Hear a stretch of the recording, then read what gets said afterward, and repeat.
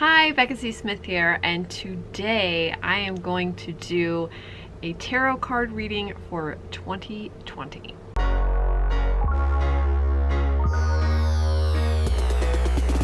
Yes, I'm wearing one of those back brace things. I bought it a long time ago and I wore it once and it just felt really uncomfortable, so I didn't wear it anymore, and now I'm realizing that it's good that it feels uncomfortable. That's kind of the point. I'm trying to fix my posture. You know, the older you get, the more issues you get. I'm probably going to be wearing these in all my videos, so just be aware it's a fashion statement. I'm going for a backpack kind of look without the actual backpack. Okay, so I'm going to do a spread. I am doing what's called the triune spread. It's 3 cards. And it's basically just to give you an overall reading of whatever you're asking. So I am basically asking, what does the universe want to tell me about 2020? I did this last year for 2019, and I did a really big spread. And actually a lot of it came true because it was right when I had the first inkling of an idea to do forgotten female fiction, and I wasn't sure if it was something I should do or how much, I should focus on it. And the cards were basically yes. And I think the actual wording of one of the cards was stepping in someone else's shoes and showing, the story. So I was like, whoa, you can't get any more specific than that. And then I did do that this year, so I thought it'd be fun, but I'm going to use my favorite deck. I'm using the Druid Animal Oracle deck, which is, it's my favorite. I've had this thing for a couple decades now, and it's always given me great advice. And they have a bunch of spreads in the back, but I like the triune spread because the first card is going to represent the cause, dynamic, impulse, guiding idea, or motive behind the situation, or 2020, the year. The second card is going to represent its effect on the emotional, social, or relationship level. And then the third card will represent the effect of the physical level of manifestation in the body or in the concrete, tangible world. So let's do this reading. So it totally matters if it's upside down or right side up with these cards. The first card that I got was the Raven. Raven right side up. It's my spirit animal. This is sort of the idea of, essentially, since I'm asking about 2020, so I think the overall idea and concept of what 2020 has to bring. The Raven offers initiation, protection, and the gift of prophecy. What is meant by initiation in practice may be as formally as actually undergoing an initiation ceremony, or as informal as, for example, being initiated into the mysteries of a new post or profession. It marks the death of one thing which gives way to the birth of another.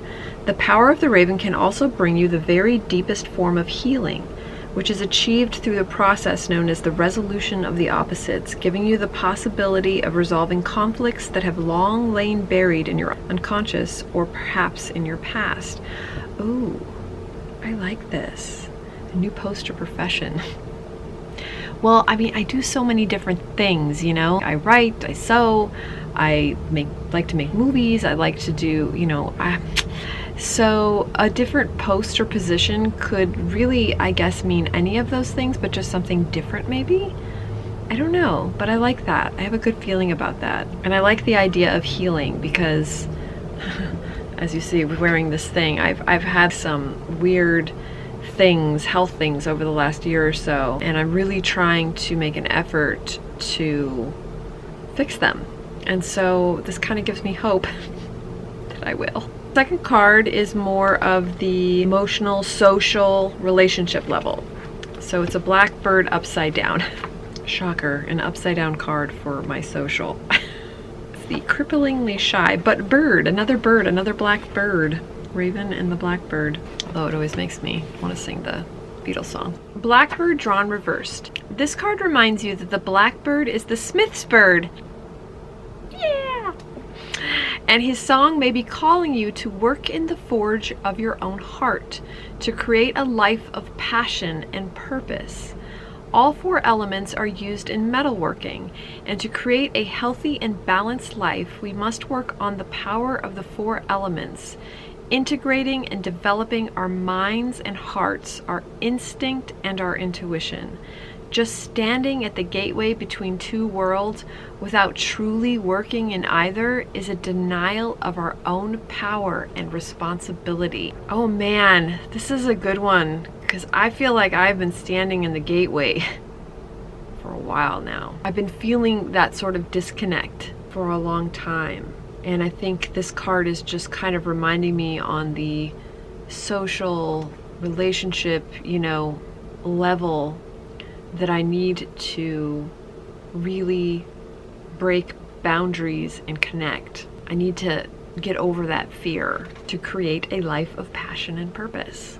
And I feel that, like I always feel like that's my intent and what I want, but I feel like I personally paralyze myself, and it's all self-doing. I stand in the gateway, not because someone's making me or forcing me to, but because I do it to myself.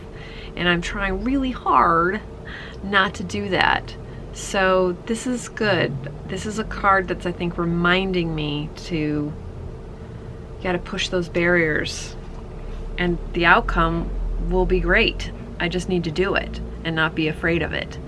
Oh, okay. So the last card is the physical manifestation in the body or the concrete tangible world. So maybe if it's a card about health, I'm thinking it's probably the body, but if it's more about connecting and outside things, I'm gonna say it's probably more related to the outside world. So it is the otter. So cute. The otter invites us to play, to go with the flow.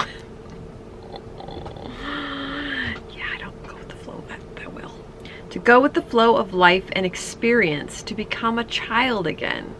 Allow yourself the freedom and pleasure of relaxing and letting go of all your daily concerns. I don't even know what that feels like. I mean, I always talk about, I just don't even know what that feels like. I don't know how to relax. I'm always working, weekends, weekdays, always, and I love it. That's why I do it. I mean, even the cards are saying passion. It's just the actual letting go and relaxing and go with the flow and just having fun always feels like I'm procrastinating, or I should be working, or it's really hard for me to let go of those thoughts. This is a good card. I need this card. The otter could be prompting you to take a day or a weekend out of your usual routine to do something purely for fun. Your practical self may tell you you cannot afford the time, like I just said, but deep down you know that you need to take care of yourself to be of real value to others.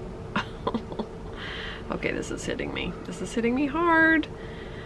I need to take care of myself. Like I said, these health issues that I've been dealing with over the past year, I'm trying to take care of them, and I think letting go of all these pressures that I put on myself is something that I need to actively do. Someone may even be coming into your life who will show you how to play again, something you may have forgotten as you accepted the responsibilities of growing up. Otter shows us that being playful can even lead us to catch the salmon, the fish prized by the Druids as the totem of wisdom. Drawing this card also confirms us in the sense that we are truly protected. Oh my God, that's a really good card. I really needed to hear this. I really needed to hear all of this. Even the upside down card. I always get scared when I see the upside down card.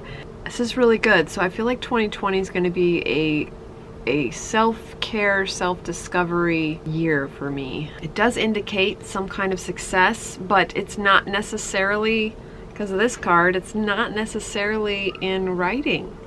I mean, it might be, but it says a new position or post or even profession. That'd be crazy. That would be crazy. Anyway, so okay, so this is the reading video. This is my tarot card reading video. So I will be interested to see this time next year if any of these or all of these make sense. They already make sense. I really need to take care of myself, and I really need to find that self-healing, and then all the passion and everything will come, because I have to stop standing in the gateway. I've been standing in the gateway far too long. Hope you guys enjoyed this reading, and let me know if you guys have done any tarot readings for 2020. Do you also stand in the gateway? I feel like that is something that a lot of writers do. We kind of sit back and observe, and we also overwork ourselves, and we make ourselves feel guilty, and we do all these things, and maybe it's just time that we take care of ourselves and allow ourselves to have a little fun and relax and go with the flow and not be so crazy about deadlines and I have to get this out, I have to get this out, I have to get this out, and oh my god, because what is that gonna do? Tell your stories in your own time, because they'll be better for it. Right? Anyway, all right guys, thanks for watching, and I will see you in the next one. Bye.